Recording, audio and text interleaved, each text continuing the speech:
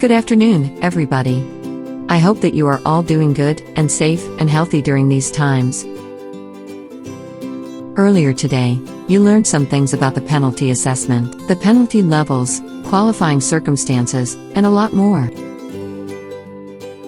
Well, I'm here to continue the discussion on the WESM Penalty Manual 2.0. My discussion will focus on the types of breaches and the corresponding sanctions that may be imposed.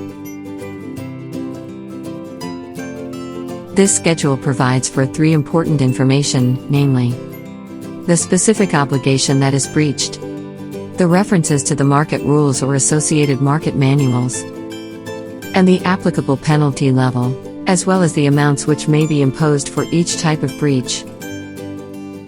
So I'll try to discuss them one by one. Let's discuss the first type of breach. It's the breach of the offered capacity compliance standards, or most commonly known as the must-offer rule. This breach refers to the failure of a generation company to submit valid generation offer or reserve offer, or failure to submit valid generation or reserve offers that is equivalent to the maximum available capacity of their generating units at any dispatch interval. A valid generation or reserve offer refers to the offer that is considered in the real-time dispatch optimization run for the relevant dispatch interval. There is failure to submit valid offer if there is no offer that is considered in the real-time dispatch market run because of any of the following conditions. 1. The offer submitted has 0 megawatt value.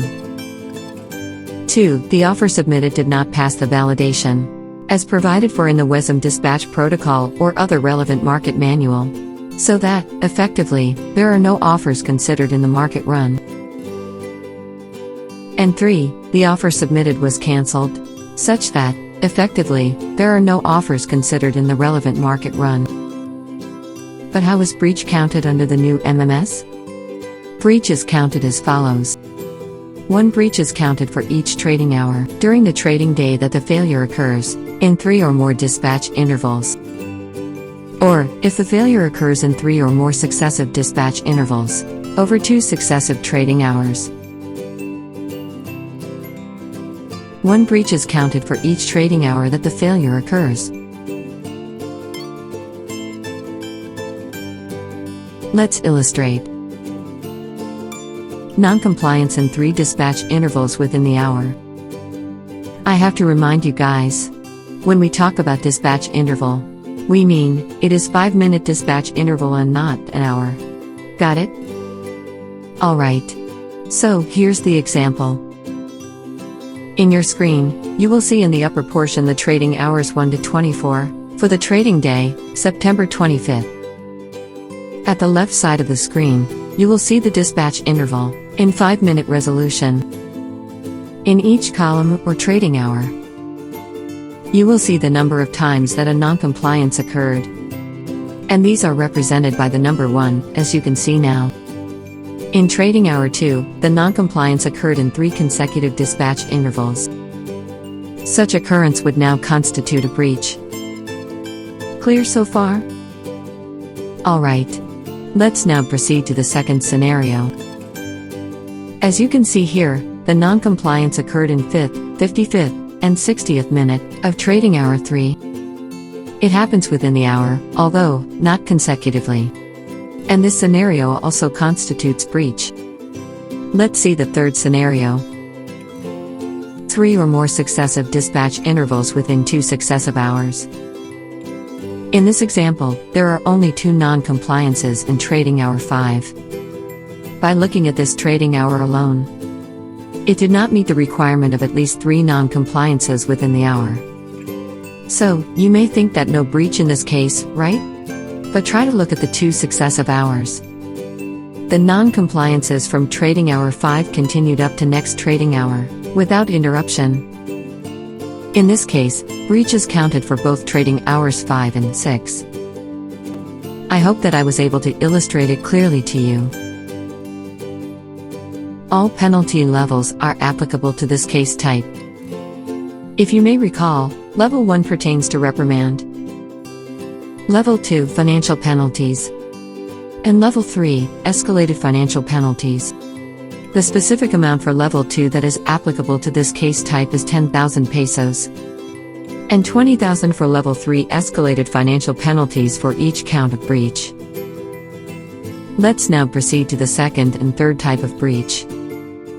These two types of breach are quite similar to the first type of breach that I discussed. They all refer to the submission to the market through the MMS. However, for these two types of breach, the obligation pertains to the nomination of either the projected outputs or the loading levels by a generation company, with respect to its non-scheduled generating units or must-dispatch generating units.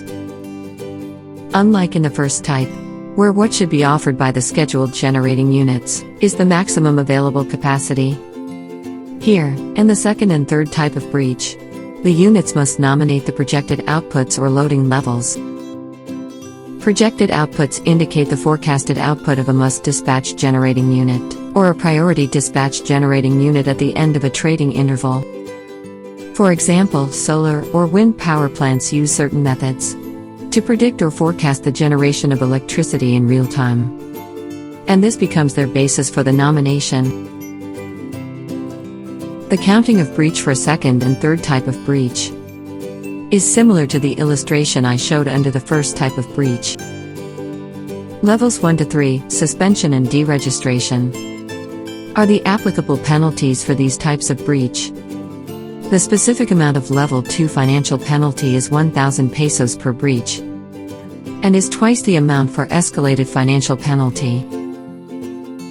Let's now go to the fourth type of breach. It's the failure to comply with the forecast accuracy standards in respect to projected output submitted for a must-dispatch generating unit. Unlike in the first three types of breach, the breach of the forecast accuracy standards is counted for each year that the failure occurs. One breach is counted for each category of forecast accuracy standard that was not complied with. The failure to comply with the prescribed mean absolute percentage error or MAPE, and failure to meet the prescribed percentile 95 of the forecasting error, or PERC 95, are counted as separate breaches even if they occur on the same periods. And the specific Level 2 financial penalty for breach of the MAPE, that is determined on an annual basis, is 500,000 pesos. It's the same penalty amount for the breach of PERC 95. I hope I am explaining things clearly. Alright. Let's proceed to the fifth one. Failure of a scheduled generating unit, or a priority dispatch generating unit, to comply with its dispatch schedule, in accordance with the dispatch conformance standards. And what do we mean by the dispatch conformance standards? These are the standards that set the criteria and procedures for determining whether or not the scheduled generating units and the priority dispatch generating units comply with their dispatch schedules. For this type of breach, we need to read the provisions of the Dispatch Protocol Issue Number 13 to fully understand the dispatch conformance standards. We have to consider the upper and the lower threshold that serves as the tolerance limit when they deviate from their dispatch schedules. Also, there are certain rules in the dispatch protocol for determining or counting breach with respect to this type of breach. There are a lot of things to discuss about this type of breach, and we may need to allot a separate module to check how each of those provisions works on a 5-minute dispatch interval. We'll definitely cover this in full length in one of our compliance trainings. Now on the specific penalty. Do you still remember in the part 1 of the presentation, it was mentioned that a financial penalty can be a fixed amount or a formula-based? Well, in this type of breach, the penalty is formula-based. And the formula for the penalty amount is the product of the nodal value and the difference of the deviation in megawatt and the dispatched threshold in megawatt in absolute value. As we know, the nodal price is the price at the generator node, in pesos per megawatt hour. Deviation is the difference between the target schedule and actual generation in megawatt. Dispatch threshold, on the other hand, is the megawatt equivalent of the allowed deviation tolerance. Again, that's a formula-based kind of penalty. Now moving on to the next type of breach.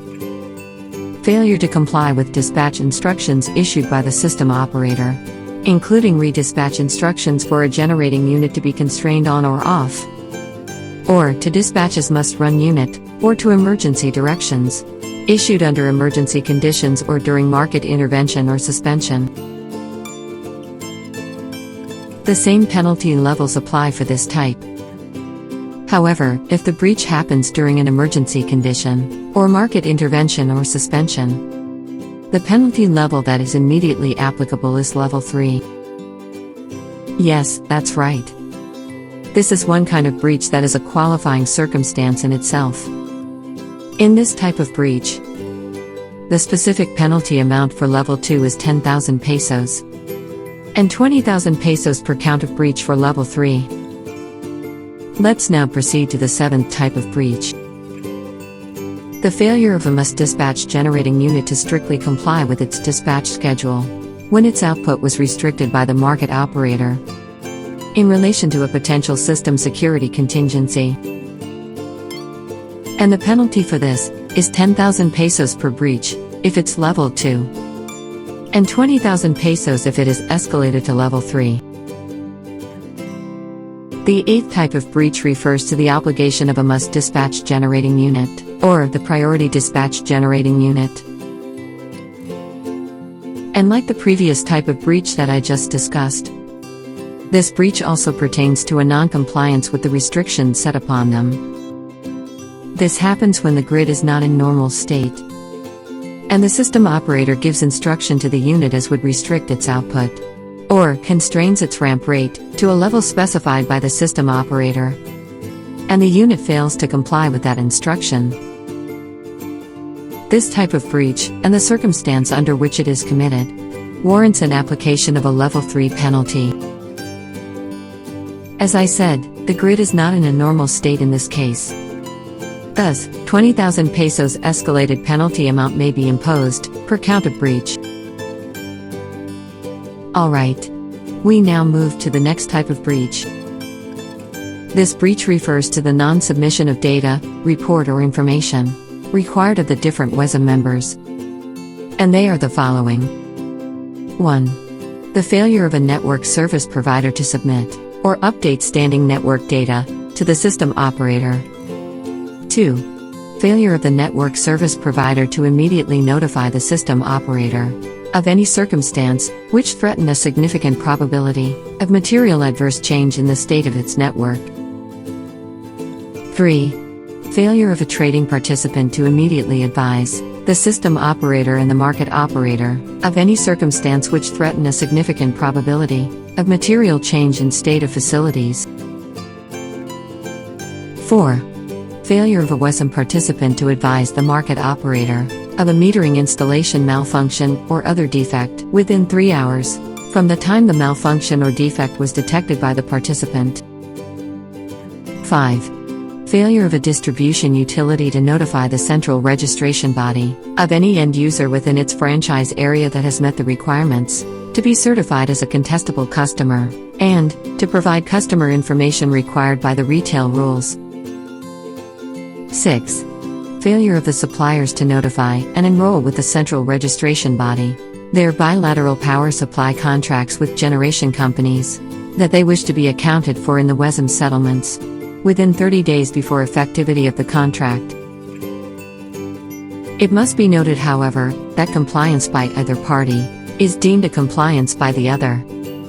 Likewise, either party is also deemed compliant if the generation company counterparty has complied with enrollment procedures in respect to the relevant bilateral contract. For each count of breach of the rules I enumerated, a penalty of 5,000 pesos may be imposed for level 2, or 10,000 pesos if it is an escalated penalty already. Alright. The next types of breaches pertain to an obligation that needs to be performed as a consequence of a breach after a due investigation. And these are the following. 1. Failure to implement remedial measures required as a consequence of a breach, which failure was established in accordance with market rules and manuals. And 2. Failure to pay financial penalty amounts imposed as a consequence of breach. The penalty imposition is automatic.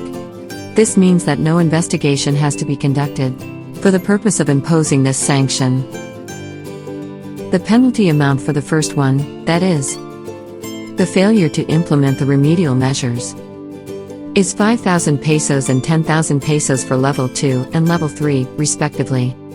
And for the second one, that is, failure to pay the financial penalty, the amount of penalty is computed based on the prevailing legal interest rate for WESM settlement obligations, as set in the WESM rules or in the applicable WESM market manuals. The last type of breach is a catch-all provision. It refers to a failure to comply with express mandatory provisions of the market rules that are not otherwise covered in other identified breach, but which expressly provide for imposition of penalties. In those cases, a penalty of 5,000 pesos and 10,000 pesos shall be imposed for Level 2 and Level 3, respectively. Alright. Those are the highlights regarding the breaches of the market rules and manuals that are covered by the investigation of PEMC. I know that we have a lot more to learn about this. Don't worry, we will cover them in our future trainings that we plan to conduct next year as part of the PEMC's information campaign efforts. Meanwhile, let me end my discussion here. I hope I was able to provide a glimpse of this important market manual. This presentation was based on the recent draft and may still be changed or modified by the Department of Energy. Thank you for listening, and have a nice day to all.